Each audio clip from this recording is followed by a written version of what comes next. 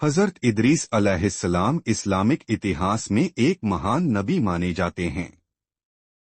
उन्हें पहली बार लिखाई और सिलाई की विद्या सिखाने वाला नबी भी माना जाता है। हजरत इदरीस अलैहिस्सलाम का जिक्र कुरान मजीद में भी हुआ है और उनके बारे में कहा गया है कि वे सच्चे नबी थे और अल्लाह ने उन्हें ऊंचा दर्जा दिया। उनकी जिंदगी नेकियों से भरी हुई थी। वे अपने दौर के लोगों को एकेश्वरवाद की शिक्षा देते और उन्हें नेक रास्ते पर चलने की हिदायत देते। हजरत इदरीस अलैहिस्सलाम को ज्ञान, विज्ञान और आकाशीय गणनाओं का गहरा ज्ञान था। वे फरिश्तों से मिलने और उनसे इल्म हासिल करने का भी सौभाग्य रखते थे। हजरत इदरीस अलैहिस्सलाम का जन्नत जाने का वाक़या। हजरत इदरीस अलैहिस्सलाम अल्लाह के एक महान नबी थे। वे अपने समय में लोगों को सच्चाई और ईमान की राह पर चलने की शिक्षा देते थे। उन्हें अल्लाह की ओर से विशेष ज्ञान और हिकमत प्राप्त थी। हजरत इदरीस और जिब्राईल।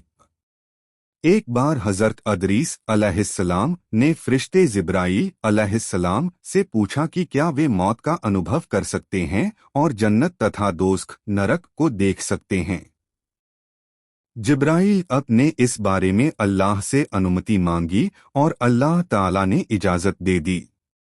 रूह निकालना और फिर वापस डालना। सबसे पहले जिब्राईल ने हजरत इदरीस की रूह निकाल ली, जिससे वे दुनिया से चले गए। फिर अल्लाह के हुक्म से उनकी रूह वापस उनके जिस्म में डाल दी गई, जिससे वे दोबारा जीवित हो गए।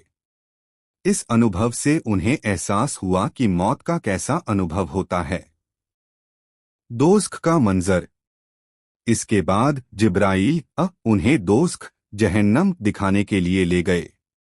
जब हजरत इदरीस ने दोज़ख का भयानक दृश्य देखा तो वे बहुत भयभीत हो गए। उन्होंने वहां आग, यातनाएं और पापियों को सजा मिलते देखा। यह दृश्य देखकर वे कांप उठे और अल्लाह की रहमत की दुआ करने लगे। जन्नत में प्रवेश। फिर जिब्राईल उन्हें जन्नत की ओर ले गए। जब वे जन्नत के दरवाजे पर पहुंचे तो उन्होंने अंदर जाने की इच्छा व्यक्त की। अल्लाह की अनुमति से उन्हें जन्नत में प्रवेश करने दिया गया। वहां उन्होंने अपार सुख सुविधाएं, हसीन बागात, नदियां और नेमतें देखीं। जन्नत का दृश्य देखकर वे बहुत प्रसन्न हुए और वहां ठहरने की इच्छा व्यक्त की। हमेशा के लिए जन्नत में ठहर जाना।